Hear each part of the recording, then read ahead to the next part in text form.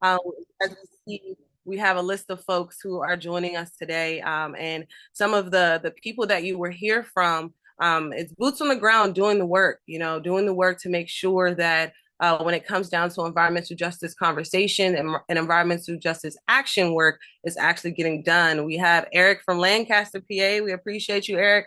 Thank you for dropping in. I've seen some Ernie from Philly. We got some Philly folks in here. We got Don from Chichester. I know that's going to make Ms. Zulene happy to see some folks from Chichester in the building.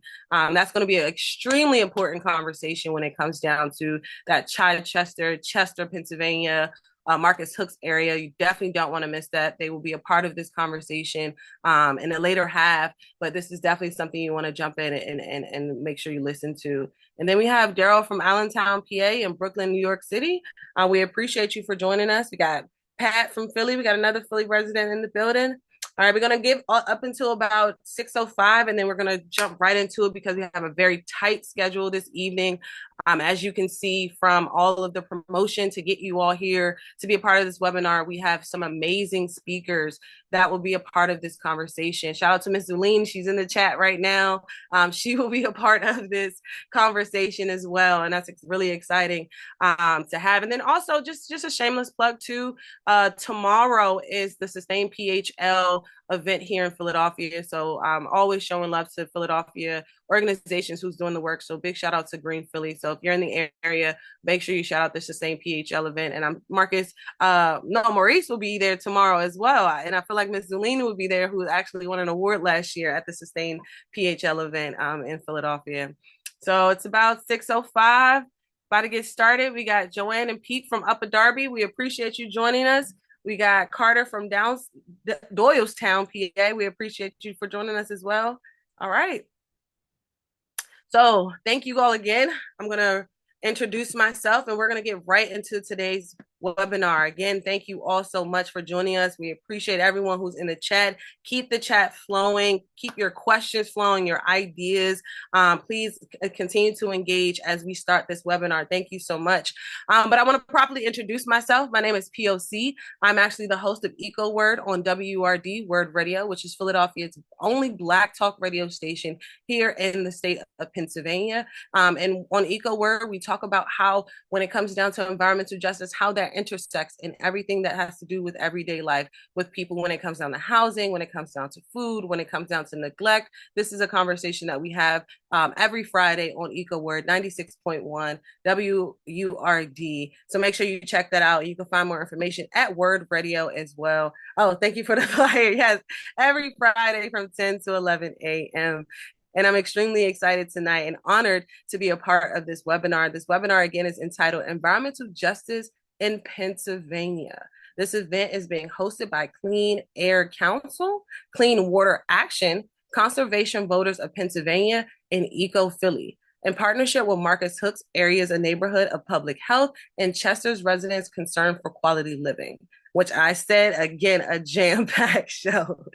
Today is going to be an amazing conversation, bringing these groups together to create a space to talk about what is really going on, the real conversation about environmental justice issues impacting communities across Pennsylvania, what is being done to address them, and how you can engage in the fight when it comes down to cleaner, safer water, air, and just a cleaner, safer future. This will actually be taking place. Our webinar will be happening today, Wednesday, October 22nd, from 6 to 7:30 p.m. We're going to go over about 30 minutes. I know we said that we're going to end at 7, but we're actually going to end at 7:30 just to make sure that we get some time for a Q&A. We want to make sure that you are engaging in this chat, but we also want to make sure that you're engaging with our speakers as well. So you will have time past the 7 p.m. mark to actually ask questions to our speakers. So for everyone who wants to stick around, you are encouraged to stick around until about 7:30 so we can get that Q&A done. And again, for those who just joined our webinar today, the only thing that I ask is that you are respectful to our speakers by keeping yourself on mute. You can find your mute button in your lower screen on your corner of your screen. Just keep your mute button on until we get to that 7 p.m. mark, where we'll be asking the questions that you all put into the chat. And again, throughout the webinar, we'll be dropping links and resources in the chat box as well to engage with the questions and statements that you all will be asking throughout the webinar. So please keep your chat box open so you can see all the links and resources that we'll be dropping throughout the webinar at the same time. And like I already said, we'll be having a Q&A, but for those who do need any assistance, or we have accessibility when it comes down to closed captions, and I think that will start soon as the speakers start, the closed captions will start as well. So if you do need closed captions, please let us know so we can make sure that we have that available for you. So again, just to give a brief overall of a conversation today, and something that I am charging you all to do while you are listening to our speakers is to think, when it comes down to environmental justice, what does that really mean? Is it really about clean air? Is it really about clean water? Or is it about equality? Or is it about all of it? What are your thoughts about this? When it comes down to environmental justice, how does this affect our schools, our jobs, our health, our housing, and our quality of life? These are the things that I'm charging you to think about as we start our webinar, because we have some amazing speakers who are going to touch on all of these points and topics. With further ado, I'm going to kick it over to Maurice Sampson.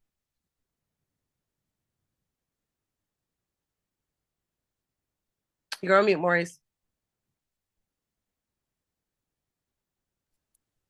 Here we are. We're off to a rousing start. We can get to my first slide. Good evening, and I want to give you just a brief history of environmental justice. Next slide. The environmental justice movement has its roots in the civil rights movement. The seminal event occurred in rural Warren County, North Carolina in 1982, often cited as what began the environmental justice movement. If I can go to the next slide, I have a short video for you.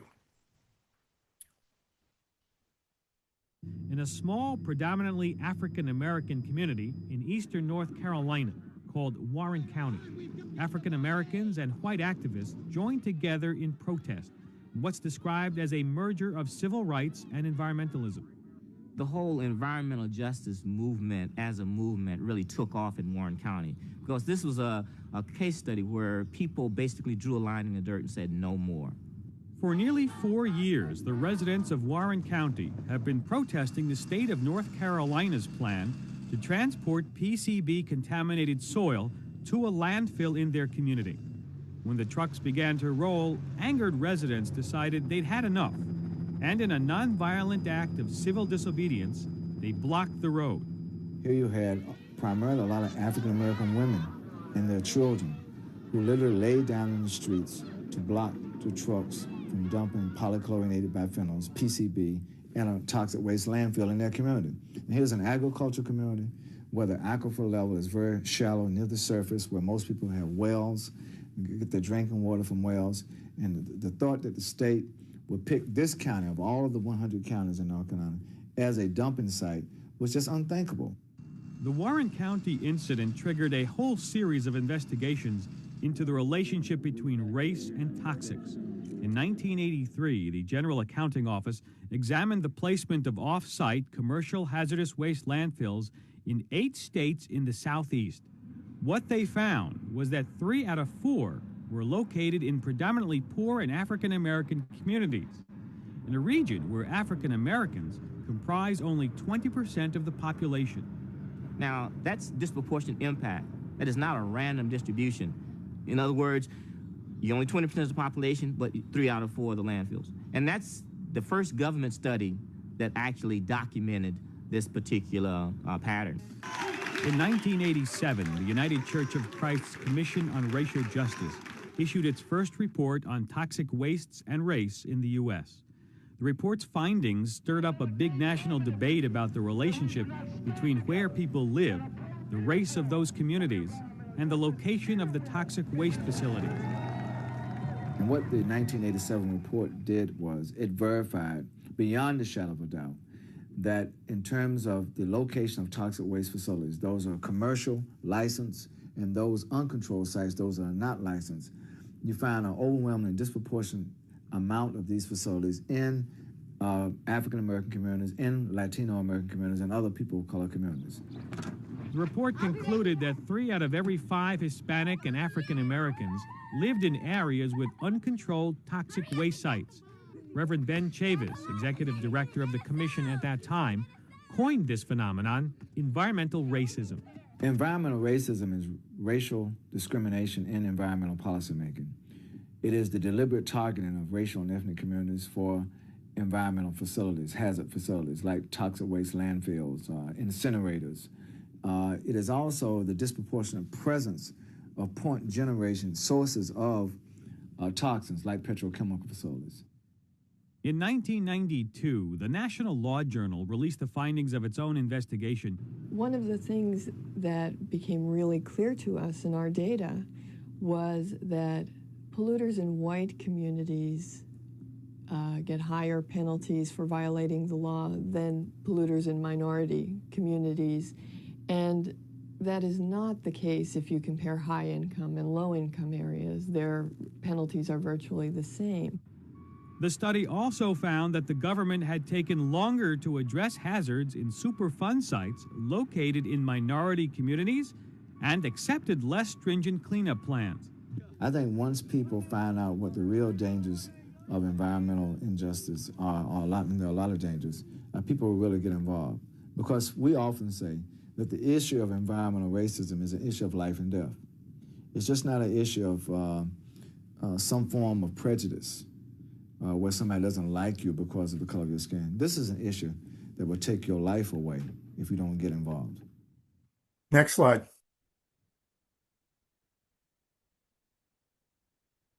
One more. There we go. So we have there the Warren County was where it began. He mentioned the Toxic and Race report in 1987. Out of that report then came the first People of Color Environmental Leadership Summit in 1991, to which I was the sole Pennsylvania delegate. And then there, 3 years later, in the office of the president, President Clinton signed the first executive order for environmental justice. Next slide. The roots in Pennsylvania started with the organizing of the community against the Westinghouse incinerator in Chester, followed by an environmental risk study by EPA in conjunction with the Department of Natural Resources in 1993.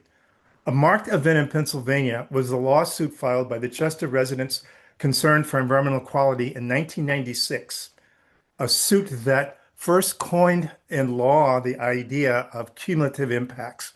Fortunately, the company went out of business in that lawsuit, although it got to the Supreme Court. It didn't progress any further. On from there, was because of that activity, the first Environmental Justice Working Group was formed in DEP, which led to a report in '99 and recommendation in 2001. If we go to the next slide. This led to a series of events that in 2021, Governor Wolf issued an executive order that permanently established the Office of Environmental Justice. And later in that same year, if you just go to the next slide, later in that same year, we saw the first introduction of the environmental justice legislation by Representative Donna Bullock, House Bill 652, and in the current session, where we are today, presented by Representative Greg Vitale, Bill 102. So if we go to the next slide. Now, efforts from the DEP's predecessors in the Office of Environmental Justice led to the development of a tool called Penn EnviroScreen, a mapping tool that helps identify communities in the state that are disproportionately burdened by pollutions and other environmental hazards. Next slide.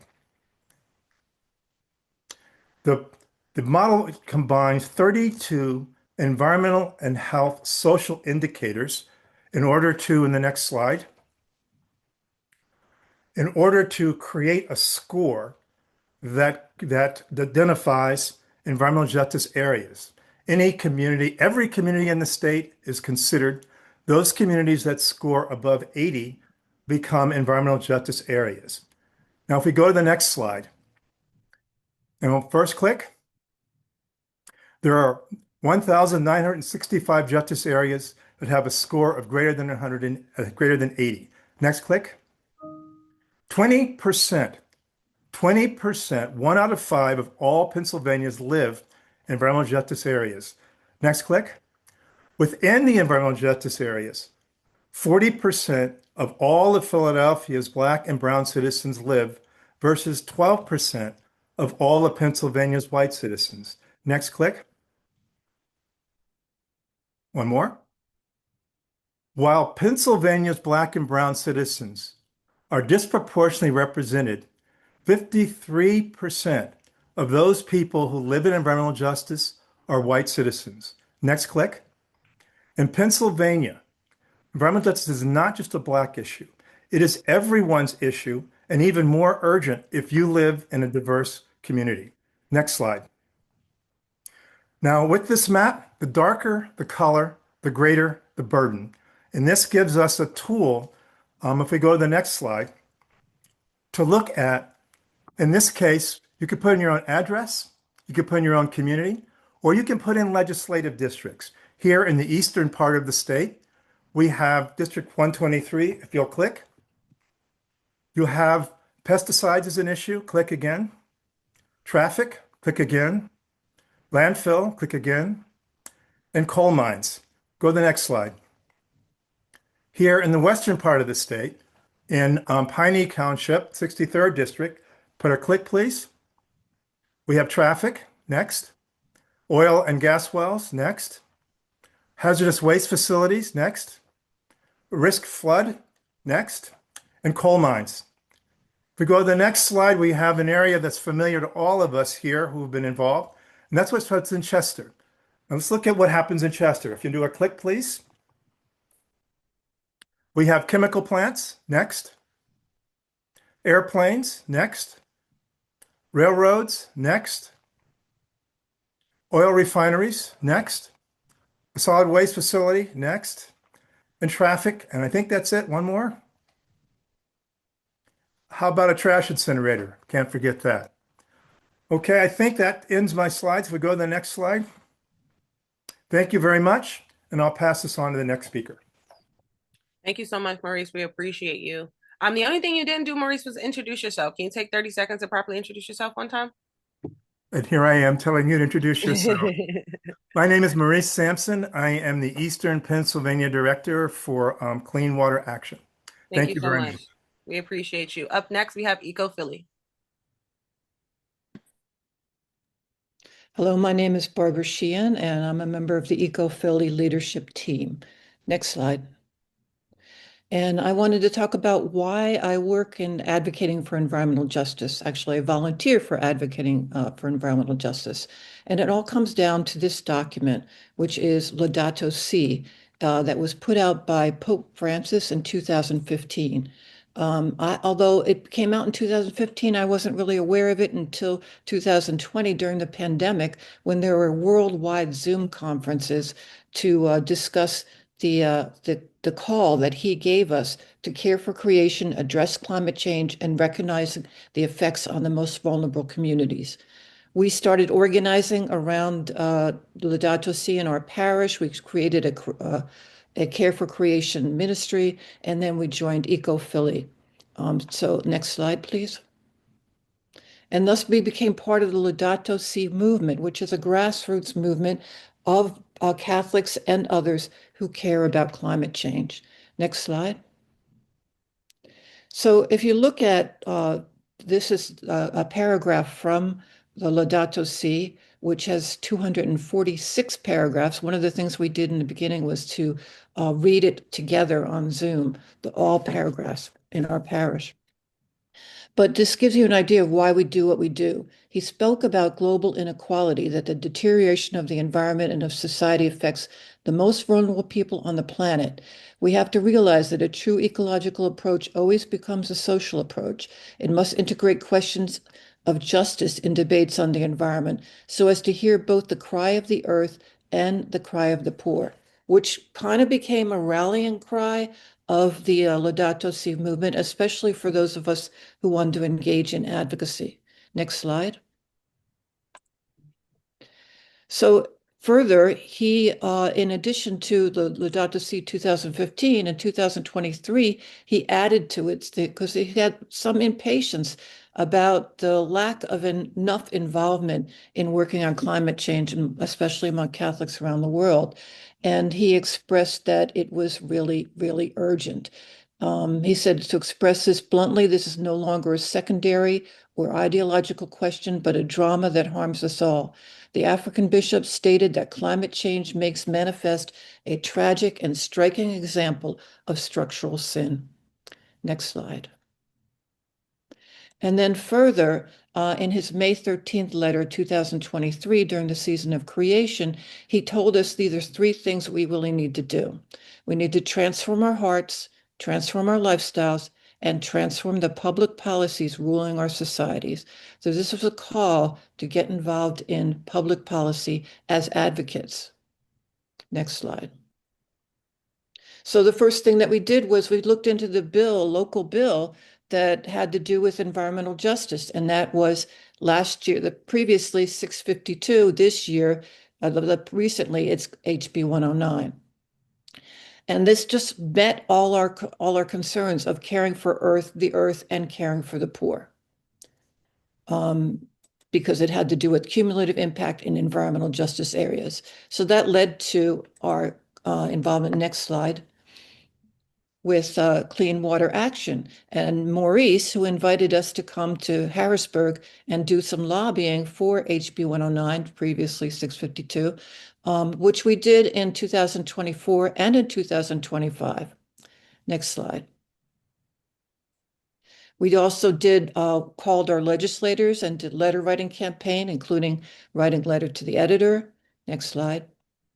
And during our annual summit, which Philadelphia area summit for Eco-Philly, we invited Chris Rabb, who is one of the co-sponsors of HB 109, to the summit in 2024, and Greg Vitale, the other co-sponsor, came and spoke with us in 2025. Next slide. So another thing that really got me enthused about it was finding out about this Penn environmental screen, which Maurice talked about. I just thought it was an amazing, sophisticated tool that anyone who's involved in environmental justice or environmental activism in Pennsylvania should take advantage of, because you could put in any address and find out what the score is in terms of environmental justice based on pollutants and vulnerable communities. Next slide. So further, it also broadened the definition of vulnerable communities with population characteristics that included health factors and socioeconomic factors, in addition to poverty and race. And I found that I'm in two of these categories. So I realized that this affects almost all of us. Next slide. And then further, Pope Leo, answered the call. Pope Francis passed away, and Pope Leo did not put this topic on the back burner. He sponsored a conference from his residence in Italy earlier this month called Raising Hope for Climate Justice. It's a 3-day conference, and his speech on the topic was excellent. He included in the opening session Arnold Schwarzenegger, who talked about how you can get active in the statewide level and still do a lot.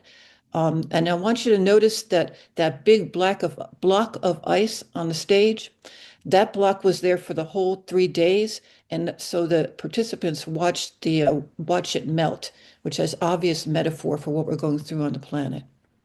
Next slide. And then finally, Pope Leo didn't just say, yeah, Laudato Si was a great thing, but added to it, where in addition to what Pope Francis said about how we have to make political change, he said everyone in society, through non-governmental organizations and advocacy groups like ours, must put pressure on governments to develop and implement more rigorous regulations, procedures, and controls. Exactly what HB 109 is trying to do. So I will conclude with his conclusion and his speech, where he concluded with a question that he says concerns each of us. God will ask if we have cultivated and cared for the world that he created for the benefit of all and for future generations, and if we have taken care of our brothers and sisters. What will be our answer? Thank you for allowing me to participate, and I leave it to the next speaker. Thank you so much, Barbara. One more time for 30 seconds. Can you let people know who you are and how they can find more information? Okay, so I'm a member of Eco-Philly, which is an organization of Catholic parishes, schools, universities, and orders. And I think I put the link for Eco-Philly in the very beginning. If not, I'll put it in the chat. Perfect. Thank you so much, Barbara. Up Okay. next, we have Clean Air Council plus Marcus Hook's area neighborhoods. Wonderful. Thank you so much. I'm Alice Liu. I'm the policy analyst at Clean Air Council. Clean Air Council is a member-supported environmental organization. I'm located in Philly, and I'll pass it to my co-panelist, Tom. Good evening, everyone. My name is Tom Nixon. I'm a member of the Marcus Hook Area Neighbors for Public Health, and I'm from the city of Chester. And I'm one of the community investigators for the Access survey.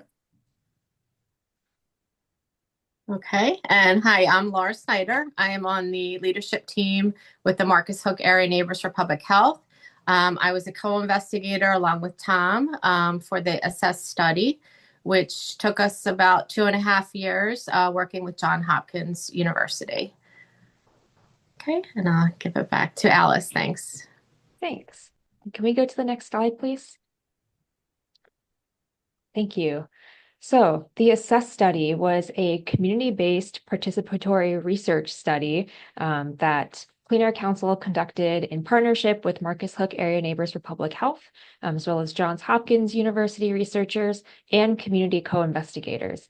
And that community co-investigators piece is kind of what makes this CBPR approach so unique, because collaboration goes both ways between community members and the traditional researchers who you might imagine when you think the word researcher.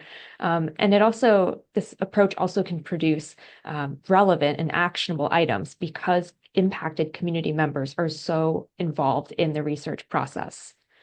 Going into the study, we had 3 main goals.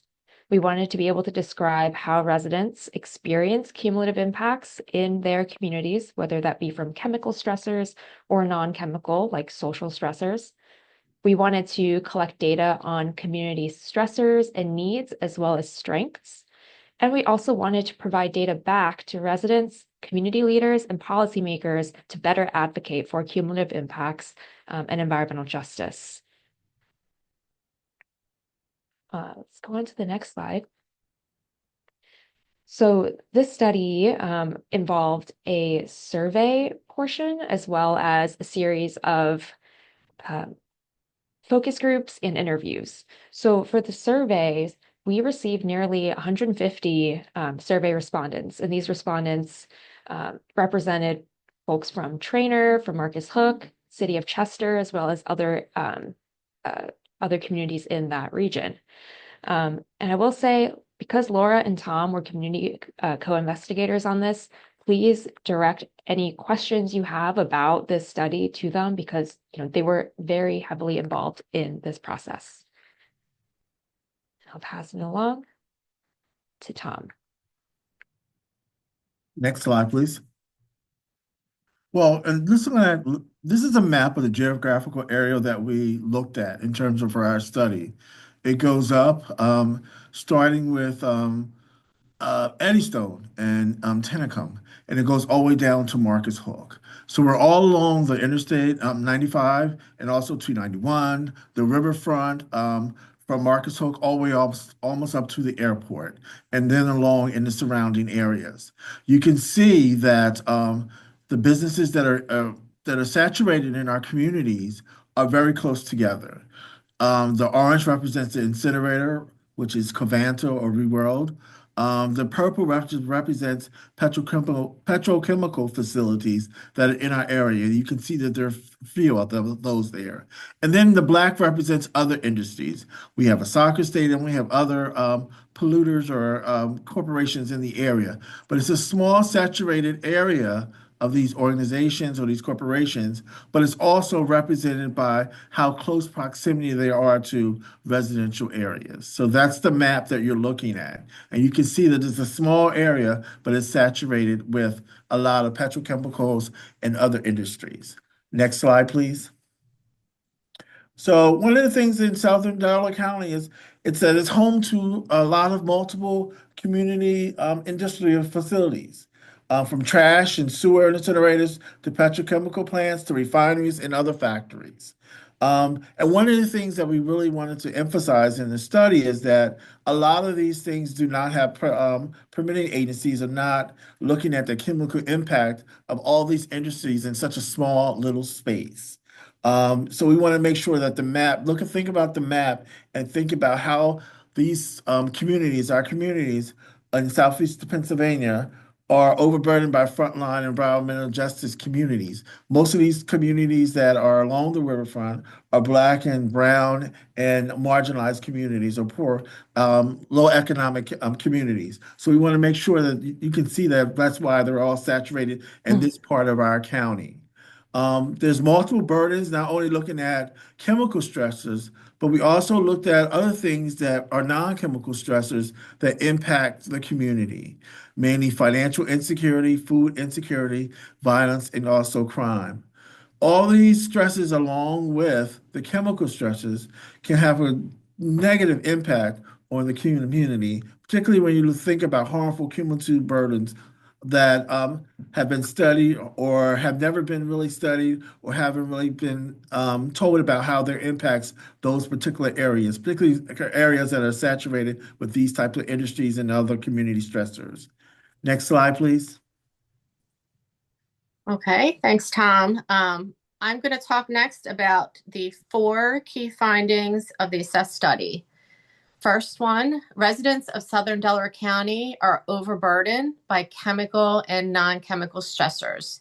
These cumulative burdens harm physical, mental, and environmental health. And those were the 3 components that we looked at in the assessed study. Not just physical, not just diagnosis, but we looked at mental health and environmental health. Symptoms of physical and mental health problems are more widespread in the community than what has been diagnosed or previously documented. Residents are making a very clear connection between their health, pollution, odors, and noise in the environment.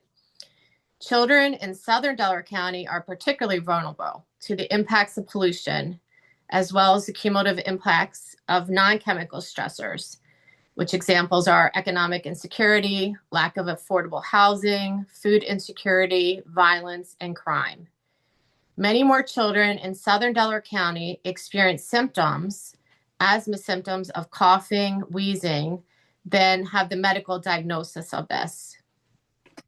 Big takeaway for me from this survey was 95% of participants reported noxious odors that interfered with their daily, everyday activities.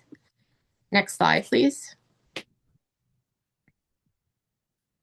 Okay, next we have a word cloud collage that we developed regarding the predominant larger size words are the ones that the participants reported how they described the odors. So sulfur, rotten eggs, chemical smell, sewage, gas smell, trash.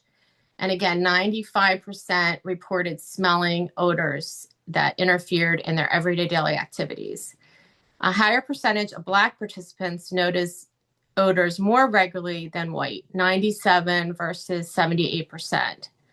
100% of the participants in the city of Chester reported odors regularly, 85% in Trainer, 82% in Marcus Hook. Around half of the survey participants reported disruption of daytime activities, 53%, disruption of sleep, 48%, and physical harm, 56% of noise in their communities. Next slide. Okay, and this is a Venn diagram which illustrates the overlap of these cumulative impacts. So again, the study looked at mental, physical, and environmental health, which all combined is the cumulative impacts.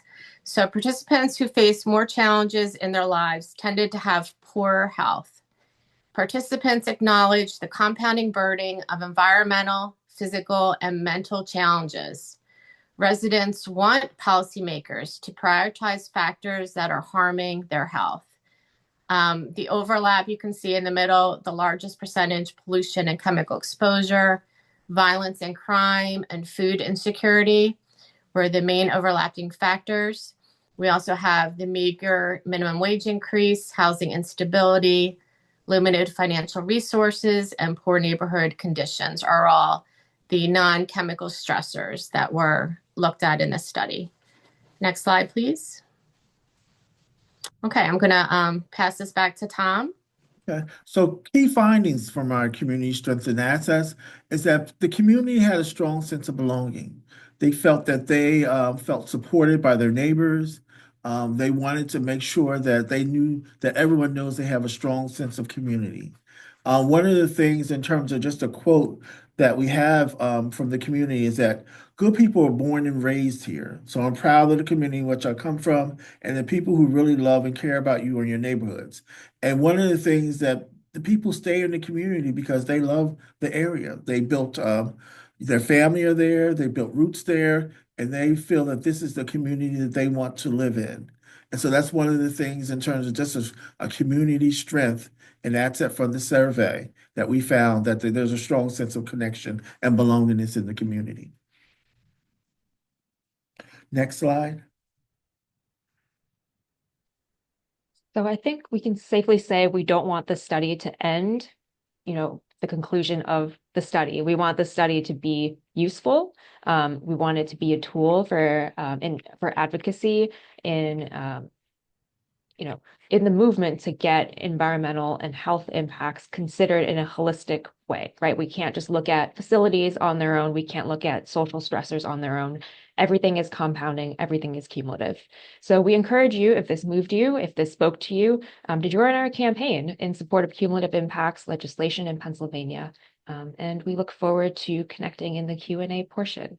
Awesome. Thank you so much, Alex. Alice, is there any way that you can maybe squeeze it in for everyone, how people can stay connected with you all? Yes, I could drop a link, an email in the chat for myself, and I'll drop a link to our website, as well as the Marcus Hook Area Neighbors for Public Health Facebook page for folks to get connected and added to any email lists. Awesome. Thank you so much. And before we go to our next speaker, again, I'm encouraging everyone to drop your comments, questions, thoughts. As our speakers are actually doing their presentations, please engage as much as possible because, again, at the 7 p.m. time frame, we're going to go into our Q&A portion, and we want to make sure that you all are a part of the conversation. And actually, we are answering the questions or concerns that you may have this evening. So please drop your questions, drop your concerns, drop your statements even in our chat today. We're going to move on, and we're going to go directly to Chester resident concern for quality of living, aka Circle. Thank you. Hello, everybody. All right, let's get into it. I'm Zuline Mayfield. I'm the chairperson of Chester Residents Concern for Quality Living, better known, or we like to be called Circle. We formed in 1992 as a direct result of what came into our community being billed as a trash to steam facility in 1991. We learned in actuality it was nothing more than an incinerator. After that, we formed based on everything that you could see, hear, and smell. We had no idea that the pollution landed literally on top of us. Chester is the oldest city in Pennsylvania. William Penn landed in Chester, not in Philadelphia, in 1681. Chester was once an economic hub and the center of manufacturing, shipbuilding, and heavy industry. Chester built the wealth of Delaware County. Chester suffered, like most industrial cities, with industry closing or moving to the suburbs, resulting in a loss of residents and our economic stability. We are just 15 miles outside of Philly, 5 miles from both New Jersey and Delaware. 35,000 people reside within Chester's 5 miles, so it makes us a very densely populated community. Much of Chester, some 3.9 miles, is waterfront and sits on the Delaware River. In Chester, 70% of our residents are African American, and the median income is roughly about $39,000. In 1995, Dr. Charles Lee, at the time with the United Church of Christ, labeled Chester as one of the worst cases of environmental racism that he had ever seen. In 1992, the incinerator managed by Westinghouse at the time was the fourth largest incinerator in the country. Today, it is owned by Covanta Reworld, and it is the largest incinerator in the nation, burning 3,500 tons of trash per day. They operate 24 hours a day, 7 days a week, and they mass burn about 1.3 million tons of garbage a year. Philadelphia contributes about 30% of the trash being burned, or a little over 400,000 tons of trash per year.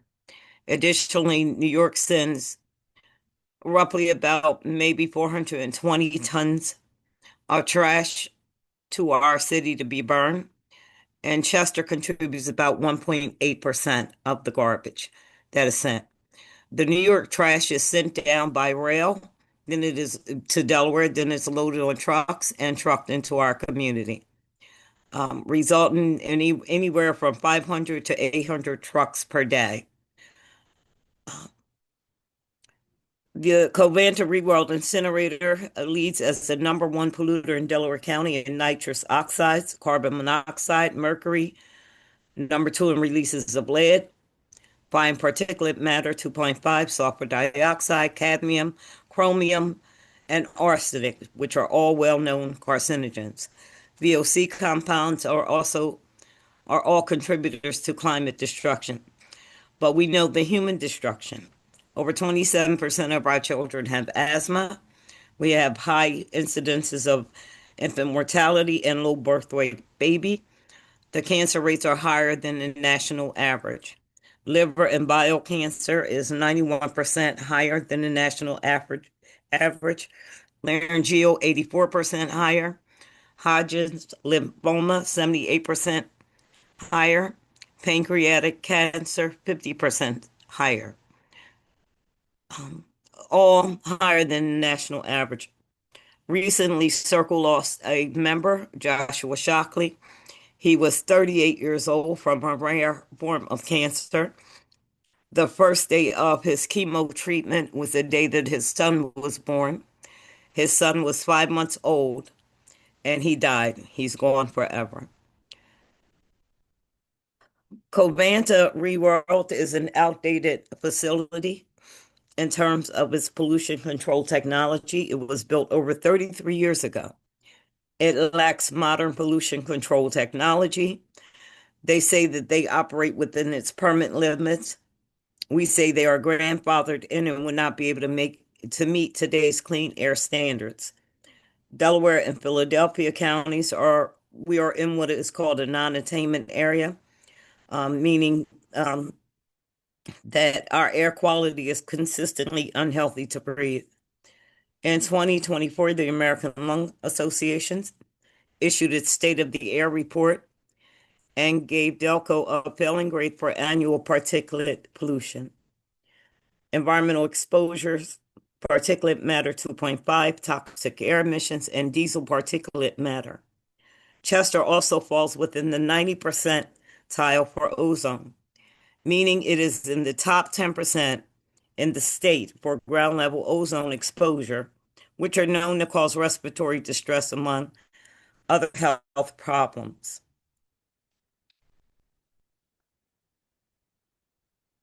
Additionally, the Covanta Reworld incinerator on the waterfront Chester has become a real hindrance to the true economic development of our waterfront and for our city. They have caused a devaluation of properties and lowered the social quality of life in the community. People no longer sit on their porches, have barbecues, or are embarrassed to have company over due to the stench emanating from the incinerator. The houses surrounding the incinerator went from an 81% owner-occupied housing rate to now it is under 40%. The community has been transformed into a majority rental units. Many homeowners basically walked away from their properties um, that you could not sell or rent. I was one of them, and that house still sits empty. Circle was able to convince Delaware County Solid Waste Authority to do a life cycle analysis of its trash. It's sent to be burned. Some of the findings concluded that incineration in the city of Chester has caused $193 million more in human health and environmental costs per ton of waste disposed than that of directly landfilling. Well, looking at the human health costs alone, incineration was 23 times worse than landfilling. We have been able to convince the Delaware County Solid Waste Authority, which determines where the waste goes at in Delaware County, to come up with a diversionary plan to divert the waste away from incineration. They are moving towards that goal. However, they're moving slow. So, but we're going to continuously advocate for that. Currently in the city of Philadelphia, Councilwoman Gaultier issued or penned a resolution that says Stop Trashing Our Air Act. It is now sitting in committee, and we need support from Philadelphians to push that resolution through. So what more do? We can advocate for mandatory recycling and community-wide composting, removing organics from the stream, have your community conduct a life cycle analysis of waste, incineration versus landfilling. It will determine that landfilling is cheaper and less polluting than incineration. Divert your trash from incineration. Stop sending trash to Chester. Thank you so much, Ms. Zuline. We appreciate you. Thank you for all the work that you're doing. I actually put some questions in there to get some people, going and thinking now that we have access to everyone in the chat. So again, thank you all for coming through this evening. Again, this is your time to speak up, ask your questions, reach out to our speakers today. This is when you're getting right at them. They're here today for you. Everything we do is a FUBU effect. It's for you and about you. But Ms. Zuline, can you squeeze in about 30 seconds how people can find more information about Circle? They can go to www.chesterpaej.org. Awesome. Follow us on Instagram at Chester_EJ. Thank you so much. Up next, we have Center for Coalfield Justice. Hi, everyone. Thanks so much for having me here tonight. My name is Nina Victoria, and I'm a community advocate with the Center for Coalfield Justice. CCJ works in Washington and Greene counties in the very southwest corner of Pennsylvania. We're home to the largest underground coal mining operation and also the nation's highest concentration of fracking wells. Our mission is to improve policy and regulations for the oversight of fossil fuel extraction and use, to educate, empower, and organize coalfield residents, and to protect public and environmental health. I'll be talking a little bit about how HB 109 will help communities like mine and other communities on this call. So the communities we work in have been dealing with extractive industries and pollutions for over a century, from coal mining and steelmaking to natural gas to plastics, hydrogen production, and now data centers. Extractive industries are deeply embedded in the culture and politics of the region, and oftentimes residents are dealing with the pollution from many industries at the same time, leading to compounding and significant health and environmental impacts like many others on the call have talked about already. However, in the permitting process, all of the pollution from all of the industries in an area isn't taken into account. Only the pollution from the specific project at hand is considered. This lack of consideration has led to worsening impacts from several industries, which is known as cumulative impacts. And while our leaders seemingly want unlimited development in the name of economic growth, these industries are hurting the people who live nearby. Residents and workers get sick from the pollution. We have members fighting asthma and other respiratory issues, worse birth outcomes, skin rashes, black lung disease, heart disease, cancer, and unfortunately, some who have died. And on top of illness, these residents are dealing with property damage, lower property values, the lack of job opportunities, and increasing housing costs, which in many cases are issues that are related to the industries situated in their communities. However, even with the existing build out in our service area, we see proposals for more projects on a daily basis because of our strategic location. And even though these industries cause real harm, there is nothing stopping more industry from moving in as long as they meet the standards and applicable permits. So the Department of Environmental Protection, or DEP, currently has an environmental justice policy that is supposed to help communities like the ones we work in. It provides for more notice to the community, requires community meetings and input, and prioritizes inspection and enforcement in environmental justice communities. However, it is also discretionary to follow, so sometimes it isn't used, and other times when the policy is used, it gets executed poorly.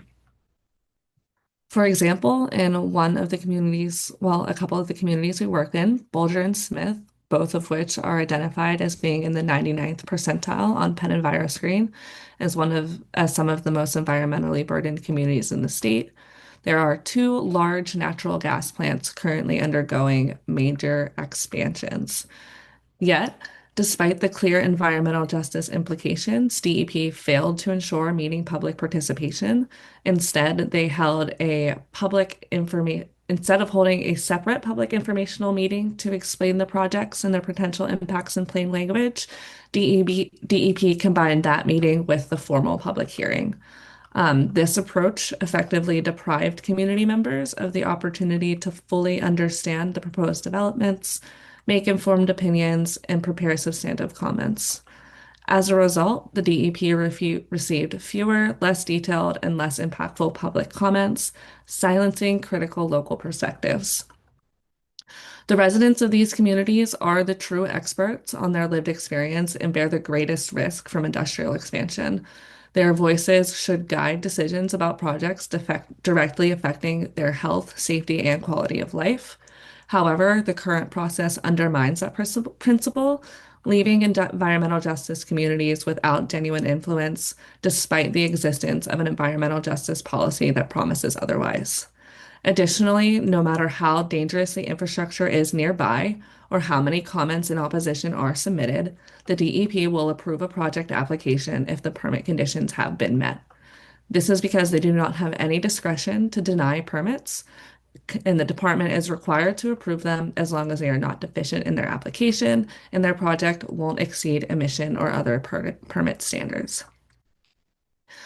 Importantly, even though developers probably know their plans for years before acting on them, they piecemeal their applications to DEP. They will permit one part of a facility, then years later expand and submit another permit, and they do this continuously until they have reached their final size. The developers can do this because they know that their permits will likely be approved every time they apply, so there is no need to get the entire project permitted at one time. This is harmful to communities like Boulder because large projects that likely need large permits, such as a Title V air permit, are less scrutinized because they are applying for smaller permits while the bigger picture isn't taken into account. HB 109 would take significant steps to rectify many of the issues we experience in environmental justice communities. It would codify the environmental justice policy that already exists and would require its use, ensuring community member voices are heard. It would require DEP to take community comments into consideration before issuing a permit.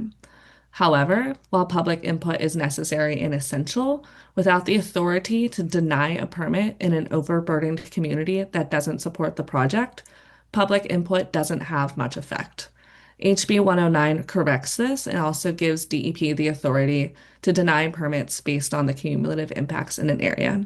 This is a key piece that will really create change in environmental justice communities and give the power to the people to prevent a development that will further harm their health and safety, which is why we need HB 109 to pass. Thanks again for having me. My name is Nina, and again, I work for the Center for Coalfield Justice, and you can find us at the centerforcoalfieldjustice.org. Thank Thank you you. so much, Nina. We appreciate you. And you actually have Carr from Southwest PA in the building as well. So you're not here by yourself. And I thank everyone for joining who just came in. And thank you, David and Patricia, for jumping in the chat. We appreciate that statement. Hopefully we can get to that in the 7 p.m. hour when we get to our Q&A. We appreciate everyone. Thank you, Marlene, coming from Southwest Philadelphia. We have one more speaker before we get into our Q&A community conversation today. Again, thank you so much. Please feel free to continue to engage in the chat this evening. But last but not least, we have Conservation Voters of PA. Hello, I am Katie Bloom. I am the Political and Legislative Director for CVPA. And for those of you who don't know, CVPA is the kind of people-powered political voice for environmental policies. That's a lot of P's. And we do a lot of work around what we call a cycle of accountability, where we educate, evaluate, endorse, and elect, and keep that going to try to push those policies. You can find us at conservationpa.org. I know they'll put that link in the chat. But what I want to say is, what is going on with HB 109? You heard it mentioned earlier. You just heard Nina mention it as well, and all of the work that we have tried to do. I want to give you a little bit of background first beyond HB 109 and say a little bit more on the energy front, and this is a little less on water. CVPA did a poll earlier this year, and it was a little bit more focused on things like oil and gas pollution. But what we found was that 64% of the Pennsylvania electorate, of voters in Pennsylvania, agreed that we need more regulations to protect our air, water, and climate from oil and gas pollution, which is a lot of the bulk of the pollution we face in Pennsylvania, not the only. And what that meant was swing voters, the voters that our elected officials care so much about in the work that they do so they can get reelected again. There was a 43% increase in support among those swing voters for more regulations to protect our air and water and climate from pollution. Again, specifically, this was with an oil and gas messaging. But I think that's really important for the context that we're looking at when we are talking about our legislature. Right now, actually kind of going to answer a question that came up because I was already going to talk about it. Right now, we are dealing with a budget stalemate. Nothing's happening. We're not passing anything right now that is at all full of substance to help communities right now because of the stalemate that we are facing. But the HB 109 legislation still faces an uphill battle as we go forward.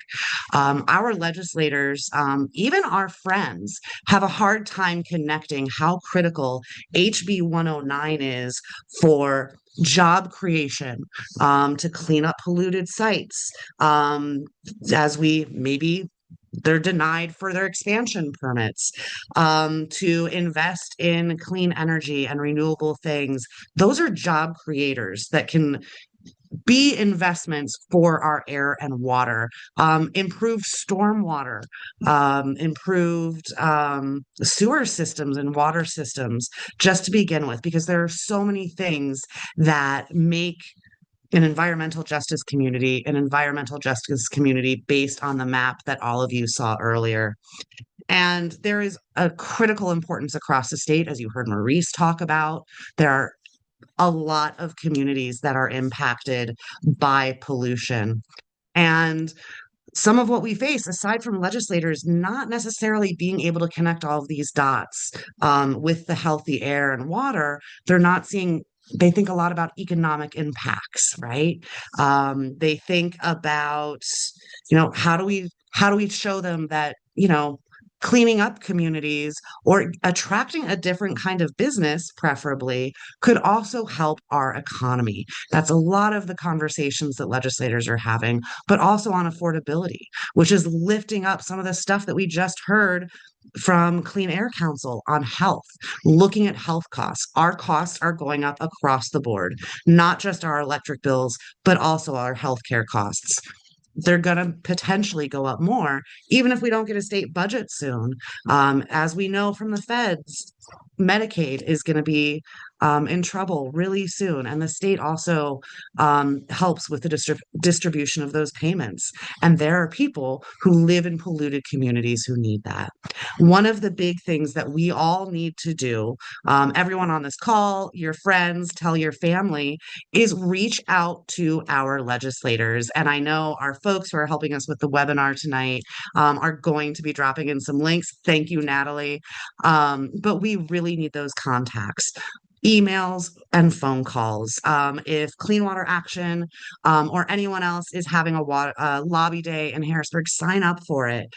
We need to make these voices heard directly to elected officials, point those elected officials to that environmental justice map, because the majority, all of our legislative districts have environmental justice communities in their districts. And we are dealing the folks I'd love for you to contact the most, whether it is budget stalemate holding things up, God forbid it goes on long enough that existing people who look at permits have to get furloughed. But we really, really need folks to call their senators. Especially folks who are in Senate districts that are not overwhelmingly Democratic. The Republican leadership in the Senate, they are in charge of the Senate. They have been holding these up, but they're also demanding certain caveats for bills that pass out of the House.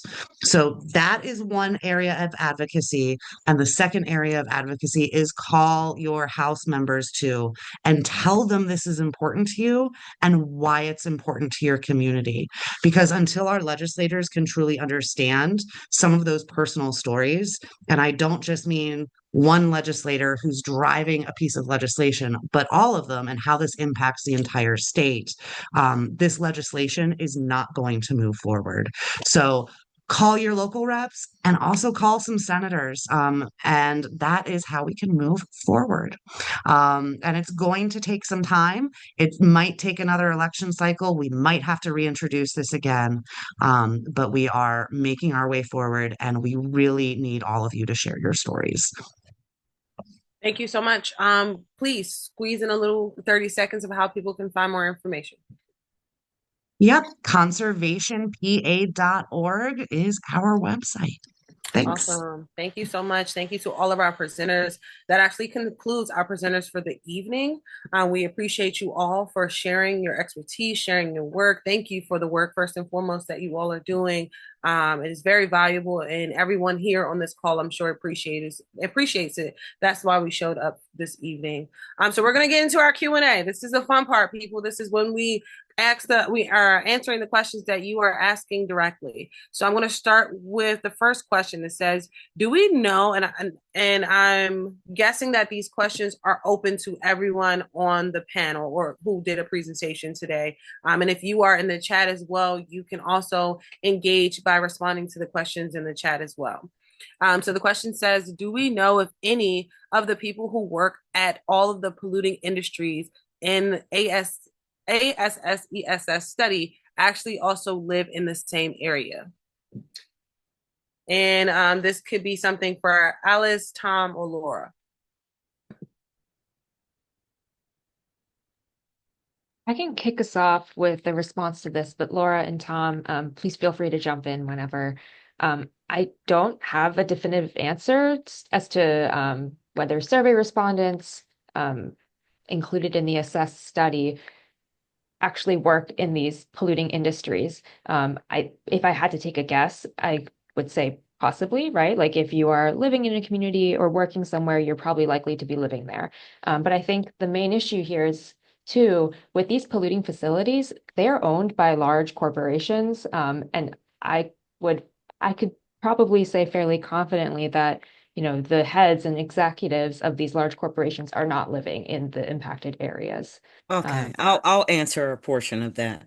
I can tell you as far as the incinerator in Chester, I believe it's 120 something employees now. They claim they have 13 that live in Chester or in the Chester area. That could be a 5 mile radius. I can speak on Monroe. I think that it being a community-based industry, it's not what Sun was. Sun employed a lot of the local residents. I think that when the switch was made to Monroe, they did keep some, but I could primarily say when you go down there and see the cars come out of Monroe, they're New Jersey, they're Delaware, they're always leaving out of the community. In fact, they changed the whole traffic pattern down there so that they could get in and out. Brascom, I don't believe that these companies are employing the local residents because if they were, the unemployment rates in those areas would not be as high as they are. So that's my spiel on it. I mean, the feedback that we got from the surveys, because we did two types of, I mean, in terms of just the research group, there was the survey, but also we had small groups, and very few people mentioned that they worked for any of the polluters in the area. That was not even a topic of conversation. Okay. Yeah. Thank you all. Yeah, I was going to say, I know we had one person in the focus group who did work for the industry, but otherwise, it was just residents. Yes, and I agree with what Zalim was saying that, and we see this with, when pipelines were built, like the Mariner East and all that, it's all out-of-state workers. The only people that seem to be local who have jobs were like flaggers in the road. So, all of this industry bringing jobs to the local community, nope, doesn't happen. Thank you. Thank you for answering. Thank you for your transparent answers. For the sake of conversation and time, we're going to move on. And this is a conversation that's open again to the floor. And I really thank you, Reg, for asking this question because I think this is a great question. Has the Environmental Justice Right Amendment to the PA Constitution been utilized in any lawsuits related to the environmental justice hazards or threats to human health across the state? When we brought the lawsuit against the DEP, that was a considered point. However, legally, we were advised by the attorneys that it wasn't a good strong point. It just wasn't, even though we're supposed to be guaranteed the right to live in a clean, safe environment constitutionally. I'm waiting for somebody to bring that lawsuit. We'll certainly join it. Mm-hmm. Hey, Maurice. Just to second that. Act like you don't know me. From Zulene, that's true. And we have seen more and more environmental cases based on that amendment going through our state appellate court system to the Pennsylvania Supreme Court. And there have been some really good cases where the Supreme Court has upheld the Environmental Rights Amendment. And I think we're getting close to that time in terms of setting precedent where, we can start addressing those things that Zulene's lawyers advised her not to. So I think we are starting to get enough legal precedents now to potentially start moving forward with some of those arguments as we've made the cases stronger and stronger.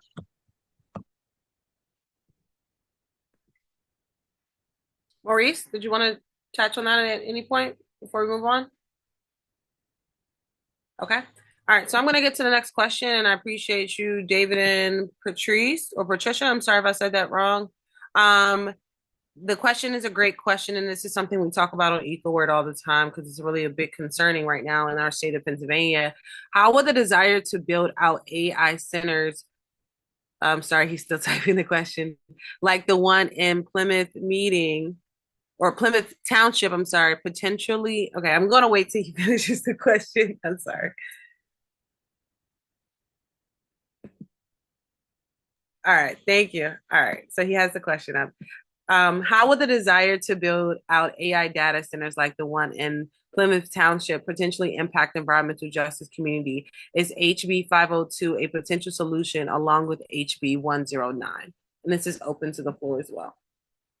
You know, POC, I think that you and I first talked about this when we looked at the facilities that were built in Nashville. Yep. In fact, it was you that brought that to my attention, quite frankly. And quite frankly, it scares me.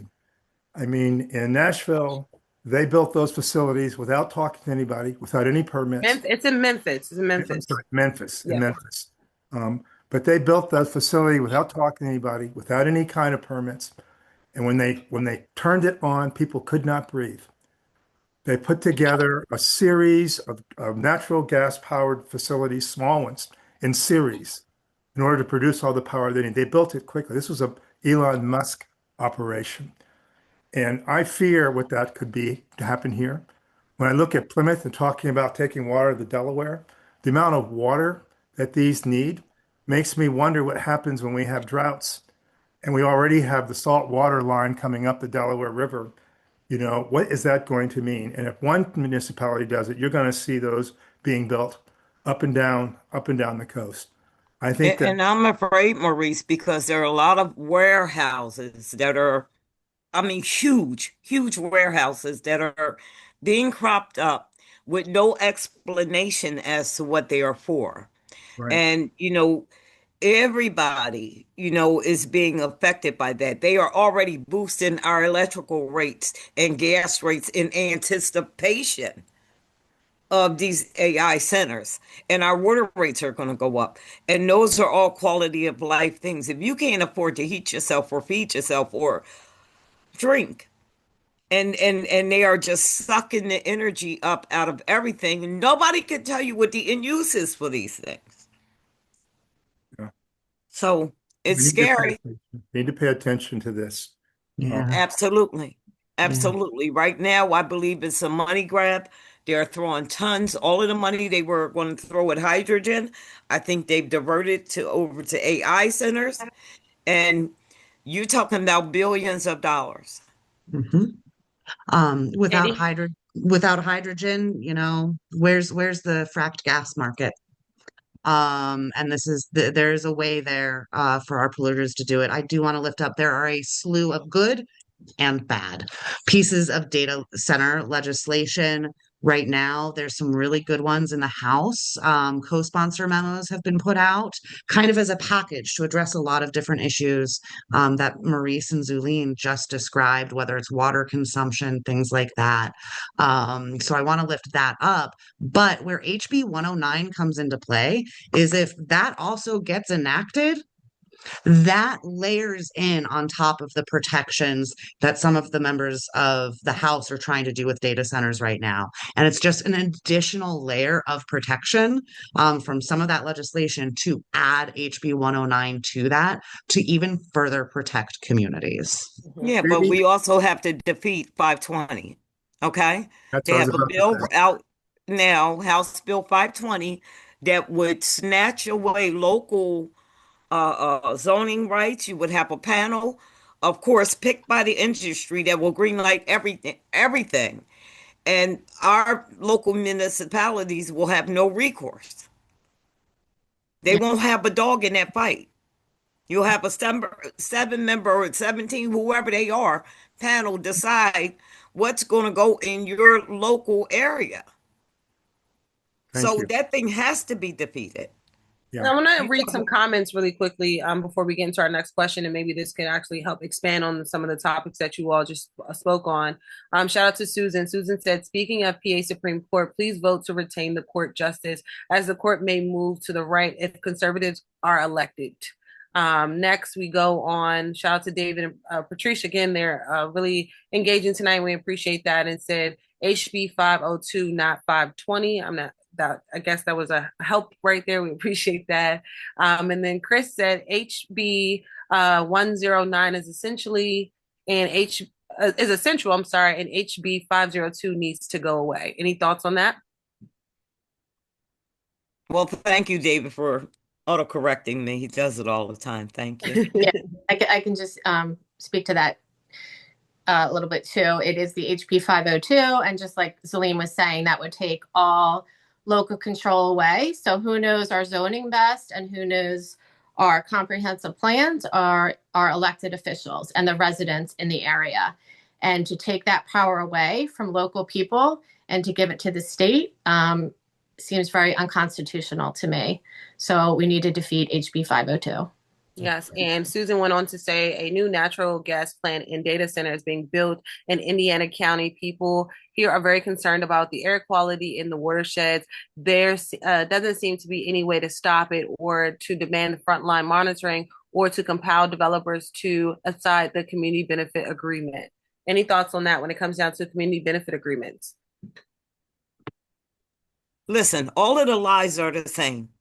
They all consistently community benefits agreement always is in skew to the developer or the polluter. People think that they're making good deals. Okay, well, I'm going to allow you to pollute me because I'm going to get a community benefit. It's the forever telling, banana in the tailpipe. When are we got to get over being prostituted for pollution? These things are dangerous. They are, Maurice and POC told you where to look to for history of what they are doing in that community. Those people are suffering. They are suffering. And if you don't think it's going to happen to you, you think you're so special, it's not going to happen, it will. So we all got to come together on this. That's why we're here, Ms. Zuline. And that's why we're here tonight, Ms. Zuline. I want to jump Barbara or Nina into the conversation when it comes down to community benefit agreements. Nina, I seen you took yourself off mute. Yeah, I just wanted to say, in respect to all of this, we are heavily working on data centers here in Southwest Pennsylvania. Just in the last 2 days, we've heard of 3 more being announced being powered by natural gas and diesel generators. So it's going to be a big problem for us on here for all of the reasons people have mentioned earlier. But I also wanted to raise a little interesting point is that the developers of these data centers are signing non-disclosure agreements up to 2 years in advance of the projects coming online so that we don't have any information about what's going on until it's too late almost, which is why we're having these problems about being able to stop them. We have worked on community benefits, but like Zuline was saying, it is really a choice between the community of what they want to do. And oftentimes these are benefiting developers. So if you do want to work on a community benefits agreement, you have to make sure that the right people are at the table. Otherwise, it's going to be really hard to get what you want. Barbara, we would love to hear from you. Yeah, I was kind of new to this idea of community benefits agreements, but I did attend a meeting with labor representatives at St. Joe's Prep. And I brought up that I had just been to the hearing that Vitali did in Chester and, learning about, and I thought that they might be there, that the hearing on HB 109, but they weren't. But they said, oh, well, that you have to have community benefit agreement. And I just kind of feel like it's a warning sign when they mention that instead of a bill that regulates. And, it's just kind of confirmed that I'm more in support of a bill that regulates than trying to deal with this community benefit agreement. That's limited information I have, but it's kind of my instinct. Thank you. We're going to move on for the sake of time. We got about 10 minutes left, and I want to get back to our questions. Thank you guys for the comments in the chat. And the next question I want to move to says, have other states attempted to use policies to approach environmental justice racism? I'm sorry, let me start that over. Have other states attempted to use policy to approach and address environmental racism, and what can we learn from those efforts? The first legislation that was passed in New Jersey by our Clean Water chapter there. Our bill was started with that as a model. I want you to know that it took them 10 years to pass that legislation, and it was passed out after the death of George Floyd. So it had that, it was something in place for them to respond to. We are not going to see this bill being passed soon here, but this bill, just like tonight, is an organizing tool where we need to understand what is going on everywhere. These data centers, for instance, whether you're in Indiana County or you're on the Schuylkill River here, we need to have one combined voice that talks to all of these things. And that is in part what this whole event is about, is it's about to start to put our voices together. We have leadership from people like Zulene. Zulene has kicked so many people out of Chester that they're trying to figure out where they can go, you know. And so we need to take the understanding that yeah, it's hard. It's going to take a lot of work, but it can be done, and it has been done. So, you know, yes. In fact, I don't know if Steve is here. There are other states that have passed cumulative impact legislation, but I know that it happened in New Jersey, and they actually stopped the Amazon Center from operating in the Port Authority. I still want to understand how they did that, because if I had thought that Amazon Center would be anywhere, it would be in the Port Authority of New York. But they defeated that, and using this bill was a bill like the one we have introduced is what they used to do that. You know, and the New Jersey bill is the strongest EJ bill in the country. It's not perfect, but it is a start. Um, but I think that the key to everything now in this climate, federally and um, statewide, we are in a hell of a climate, okay? Where we have no other choice but to depend and lean on each other and lock arms, because we are definitely under attack. Definitely. Um, and if they see solidarity, um, Center for Coalfield Justice, I'm there with y'all, okay? I just got off a call earlier with Manhattan and Queens Solid Waste Advisory to gear up a battle for the New York trash. Okay. So bedfellows, you know, we're not all in our own little individual silos. We're all fighting for the same thing. No matter what the differences are, we have to lock arms and we have to put up a wall of force. And it could be the color purple if y'all want it. But we are in a tumultuous time. I've never seen a country such as the one I'm living in now. Yes, I agree. Thank you so much, Ms. Ulene, again for the work that you're doing. Thank you so much for being transparent this evening, and speaking from passion and love. And this next question goes back to Alice, Laura, or Tom. When it comes down, can you give examples of how the assessed data could be used for action towards justice?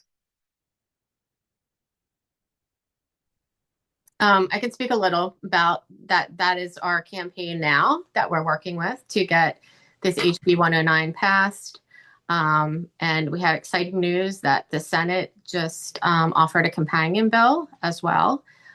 So I feel like we're making momentum. And you know, we talked about how we didn't want to make this just another survey. And you know, I know Zaliam will talk about how Chester's been studied over and over again. We really wanted some outcome from this. So this is why, you know, we have this statewide campaign now to work on this. Yeah, and also, I mean, some of the things that come out of the study in terms of the feedback that we receive from the residents, in terms of the impact of noise on their mental health, on health disparities.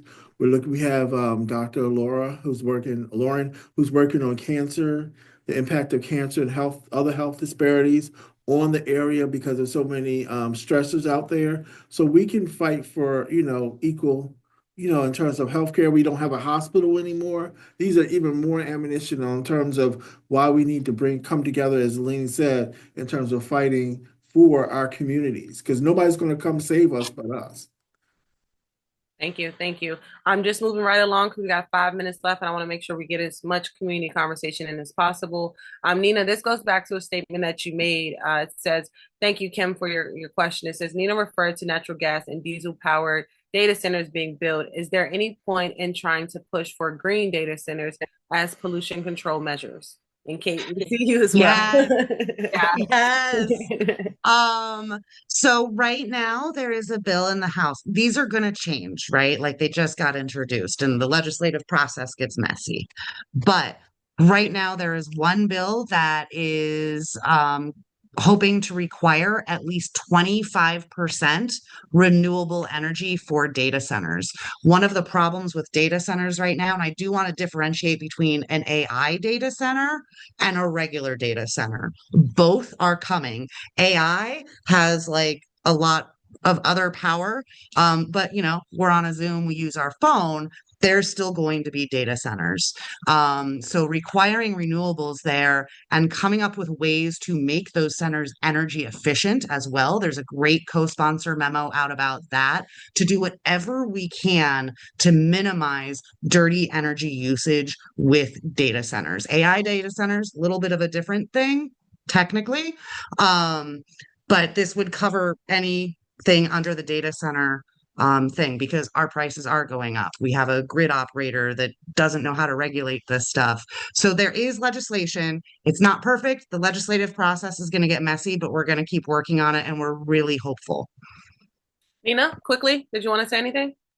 I think that pretty much covers it. Thanks. Okay. And we're going to go in. Ms. Elaine, do you want to say anything quickly? Yeah, but I think that one of the ways that we have to counter the greenwashing and the falsehoods.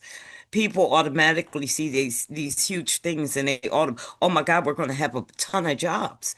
They don't produce a lot of jobs, and they do the opposite.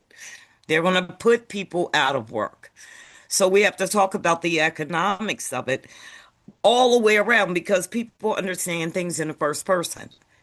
Oh my God, this is the reason why my electric bill is going up sky high. They're doing it now in anticipation of the strain that it's going to put on the grid and the unavailability of energy and water. We're going to go So to our they're last. making us pay for it now. We're going to go to our last question, but before we do, Katie, does the data center bill have a number? And if so, what is it? Yep. If I'm correct, it's been a long day. 1834. It's originally from Representative Matsy. It is currently in the House Energy Committee, and there was a 3-hour hearing today on it, which is why I'm in Harrisburg today. So, by the way, that bill also is considering, in terms of a community benefit kind of thing, is how do we also get these outrageously wealthy, trillion-dollar companies to also contribute to things like LIHEAP and other things like that that help people on the ground as well. So we're trying to get as much as we can out of this. Okay, and we're going to actually wrap up. And as we're going to wrap up, I'm actually going to do a round table with each of our presenters today, just to get some more, insight on who you all are. And my one question that I just wanted to ask each of you is, when it comes down to environmental justice, simply what does that mean for you? Like at this time right now, what does that mean for you? And Alice, I want to start with you. Sure. I guess it means, a situation where of reality where everyone has access to clean air, clean water, healthy living environments to not only live in, but to thrive, work, play, and just, exist in, right? Like this should not be a question of whether or not people have access to clean air.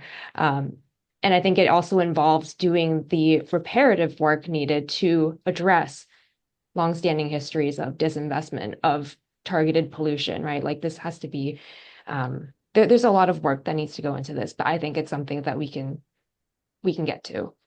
Thank you. Laura, next. Yeah, I would just say community, that, air, it doesn't stop at a certain border.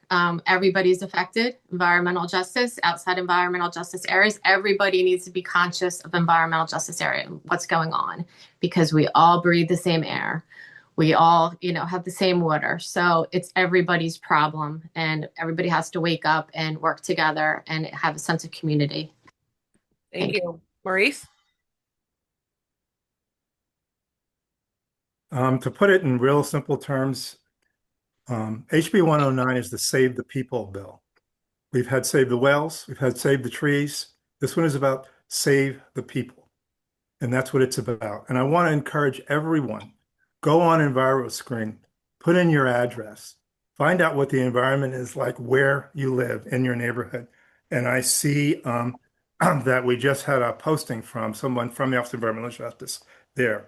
You want to check that out. That is a tool to be used for everyone, no matter what your issue is. Check it out. Thank you. Nina? I am thinking that my meaning of environmental justice right now is making sure that no communities are overburdened by pollution or by any pollution. And also we're correcting the wrongs of the past and building for a future that the community wants, no matter what it is. And that future can be different for every community. Love that. Tom? People over profits. I mean, that's one of the things that I want to emphasize. These people are in business and they're risking our lives to make profit.